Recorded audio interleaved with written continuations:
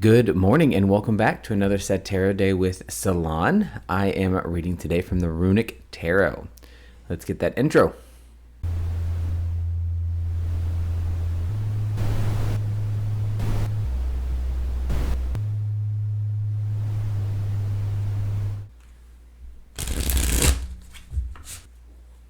So like I said, we are starting with the Runic Tarot today. I've used Runic Tarot quite a few times before. And it is a very speaking deck. It's a very responsive deck. Just for the record, when I say things like something is very responsive or a deck has a certain quickness to it or attribute to it, it's generally just the way that my energy and the deities that I invite around me work with the deck, and that kind of makes it how it does, because it can work well for somebody and not for somebody else. So that's not the point. The point with the runic deck is it's something that really does speak to me, and I've used it quite a few times. It's always given me really good clarity, I think. And I love the imagery. The imagery really does speak to me. So that makes it a little bit like easier to kind of, process information for me, because I'm a very visual person. So that is one of the things that you do when you start working with tarot, and you work with different tarot decks, even ones that you think you might not like, and they end up calling to you in different ways. So a couple of things going on right now. We are making our mead today. It is Saturday morning, a little later than I normally do, so we got up a little bit later, which was nice. Had a wonderful class with Joy. It's a class because it's a class, but more than that, it was a gathering. It was a working, and that was amazing. So coming off of that energy has been really wonderful. And then the plans today to check a few new things out, do some creative processes, and get that mead making. I'm excited.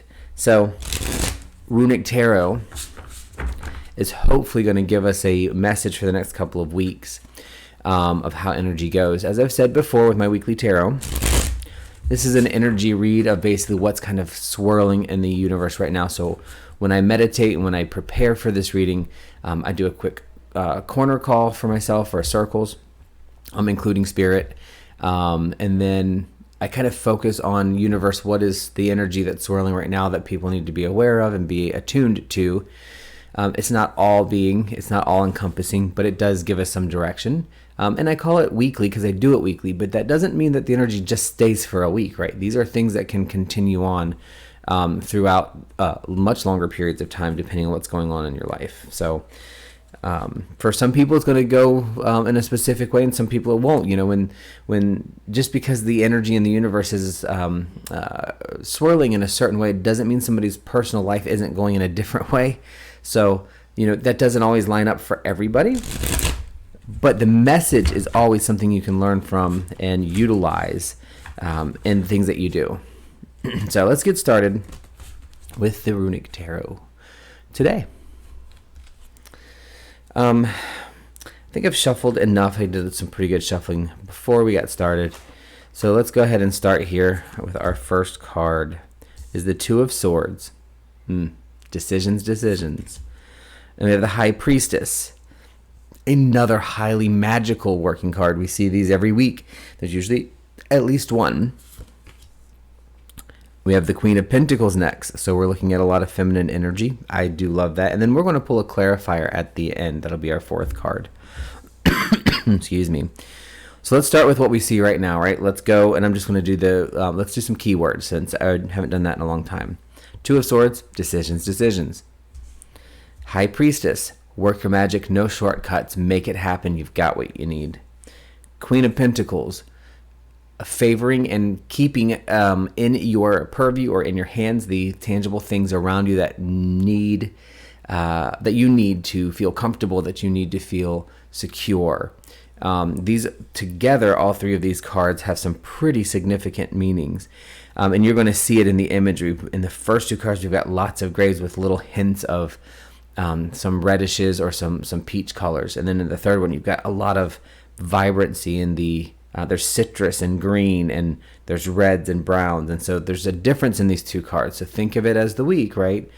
we're going to start off and we're going to need to do some things that require some decisions. The Two of Swords says, I have to slice something. I have to decide something that's going to be permanent and it's going to be complete. It's not going to be a maybe. It is a definite. Like if you're sitting on the fence about something, it is time to figure it out and make the decision this week, because if you don't, you're not going to get anything that's good out of that process. You've got to make the decision.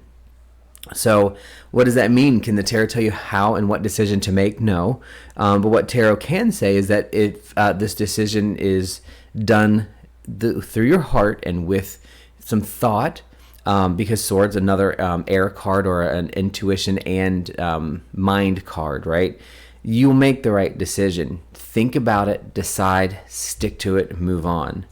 The High Priestess is your second card for this week, and the High Priestess supports that message of deciding and moving on, because High Priestess is going to make magic happen. She's going to go ahead and do all the things that we should be doing, right? And she really focuses on magic, of course, but this isn't like decisions related to work or what am I doing today? These are decisions that are in the magic realm, as far as making them happen and manifesting them, right? So maybe it's something that you're kind of trying to work through that's giving you some difficulty with your spiritual life, and you need to cut some fat off and then use your sword to design something out or cut something loose of something else. And the High Priestess says you have to take each step through that decision in order for it to work out for you. You can't take a shortcut. You can't say, oh, I'm just not going to do it this time. I know I should, but I did it. High Priestess is going to smack you in the back of the head and say, you have to work the magic. You have to manifest all the way through the steps. You can't become a lawyer unless you go to school to be a lawyer and actually do the work. You can't really work your high magic or be in that respectable position if you haven't actually worked the magic. And this isn't working for someone else. This is working magic for you. You are your own High Priestess. You are your own magician. Don't let any of that go, but make sure that you're not taking any shortcuts. She often comes up for me when somebody's trying to take a soft way around something and there's no way through it. And that is, again, supported even more by the Two of Swords. There's no soft way around it. This is a cut and move. Read. Then you have the Queen of Pentacles. So she ties all of this together by saying, if you do these things and you make these decisions and you follow what's going on in your heart and what you're feeling and how these things are going around you, and you manifest that magic, then you're going to have access to the things you need to keep you secure and safe. So our Pentacles cards are discs or shields, and this actually in the Runic Tarot they're shields, but it's the pentacle representation. And these represent the things that are tangible to us, that are real to us, that we can reach out and encompass. So your Queen of Pentacles is saying you cut the stuff, do the magic, and manifest what it is you're working on. It's an actionable time, but it needs that thought. And then you will have the access to the resources that you need to do it. I'm getting a clear message of what this is for us, that we're doing the right thing with the steps we're taking, slow but consistent steps to procure and produce something we want to produce. And so that is very aligned to that, because that production of something results in a tangible item and tangible resources back to Rook and myself as part of that process. So it's interesting when we talk about whether something is an action base, like usually our wands or fire is where you see action, creation, production. But in this case, our three cards don't have much. High Priestess actually has some fire in it. You'll see it in the card too. But we don't have fire, so specifically fire aligned cards here as far as your pip cards. You have air, which is all this brain, this mind, this connection that you have and how it works through connection. You have the High Priestess, who is an action card, so that's very fiery, but she's also a very aligned to the water. I don't know if you can tell in this card, but it is raining in this card. I think that's another important point to show that the fire is still burning, even though water is falling, right? So those two things are not always mutually exclusive. And then we run into the Queen of Pentacles energy, which is your earth, your stability. But notice you have citrus in the back. Citrus is water and fire aligned. So all in all, when we give a summary, this is a decide, make a decision on what it is that's bugging you or you're working on. Then do the steps that you need to make it to where the end result or the manifestation is through your magic, and you will get a positive result that is tangible and that is a resource to you that you can utilize. So that's the read for today and for the week. So I did want to pull one, a clarifying card, just because I felt the need to pull it at the beginning, and so I still do. And of course, that card is going to come out as the King of Cups, right? So King of Cups is going to color all of this and say this is going to be something that's going to result in a very stable emotional response, because when I pull a clarification card, it clarifies every card. The Two of Swords, the King of Cups is going to clarify the Two of Swords to say the decision that you have to make is going to be very clear. You just don't want to do it, but you need to do it, and you need to make the right decision. You know what the right decision is. You haven't done it yet, and you have to. So that's what the King of Cups says to the Two of Swords. Now, to the High Priestess, the King of Cups is telling her to maybe back the fire and the emotion and the creation down just a little bit. This isn't that big of a deal. This is a smaller process or smaller thing that's happening. So he's backing her down a little bit more and kind of saying, okay, it's okay to sit down for a minute, High Priestess. Let's not rally the troops just yet. And then the King of Cups is saying to the Queen of Pentacles kind of the same thing. It's like, you're getting maybe a little bit too much into your earth here. Let's pull back a little bit and really say the result that we're getting, even though it is good, it's also going to be emotionally fulfilling. Our King of Cups is at the point of emotions in the tarot that is supposedly all-encompassing, right? But I don't believe that. I believe the Queen is the all-encompassing card. I think the King is the one step past it, where we kind of get to that too much often. So if our King of Cups and our Queen of Pentacles are together, the Queen of Pentacles is going to be the trumping card. This is the top card in the read. And she is basically saying and talking back and forth with this King of Cups about how this emotion is going to be involved in our decision, in our process. And so she's going to stand still and say this is going to be positive, it's going to be resourceful to you and a result to you, but it's also going to bring about some emotional stability and clarity as well. So that is the read for this week. I hope it gave you some insight.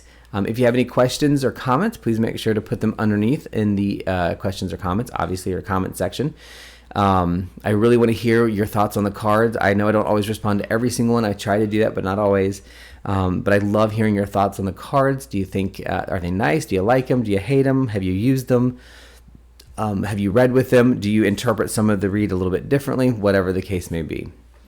So a little bit shorter this week, a little bit more direct with the Runic Tarot, which is pretty much how it works every time. So I hope you enjoyed, and I hope you have a wonderful rest of your weekend and a wonderful week next week. Doodles.